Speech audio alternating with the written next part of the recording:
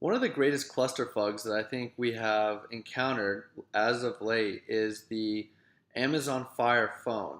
And based off the three principles that we have read in our book and also have discussed in the web lectures are illusion, impatience, and incompetence. The first one, illusion, that decision makers believe that what they are scaling up is far better and easier to spread than the facts warrant.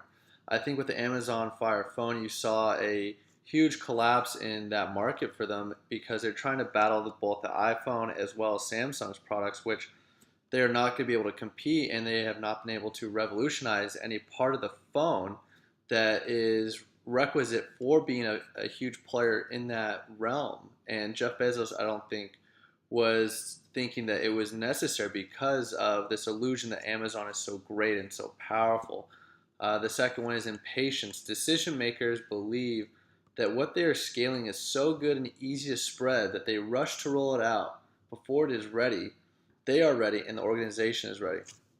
I think, again, this was impatience by Jeff Bezos that he released the Amazon Fire phone, and then 5, 6 months later you have iPhone 6, iPhone 6 Plus, and then you have the new Samsung phones coming out that, even though they've only sold maybe 35,000 Amazon Fire phones to this point, now it's going to have a significant drop off because this market is so overcrowded and has such great competition that they just don't have the room to compete, and they should be focusing their resources on being revolutionary and disruptive, such as their drone delivery systems or their other web-based platforms. That I think they should have left the phone market alone, especially with the Kindle having very moderate to below average success against the iPad or Microsoft Surface or Samsung's products as well.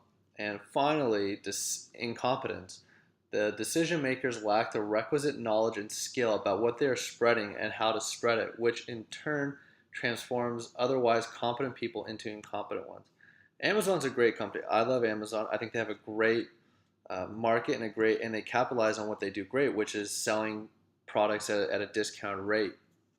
They are not a tech company like Google, like Samsung, like Apple, like Facebook. Even the Facebook phone had horrible success, and I think this was Amazon's attempt to try and tackle the phone smartphone market, just like they did with the tablet market with the Amazon Kindle and Kindle HD or these other iterations of that product. And even then, they had very little success. And so for him to try and take the smartphone market was, I think, a horrible miscalculation on his part, and furthers a company that barely has any profits, if at all. And they should have dedicated those resources and R&D monies to a much better cause, such as their drones or utilization of maybe software within existing smartphone markets, which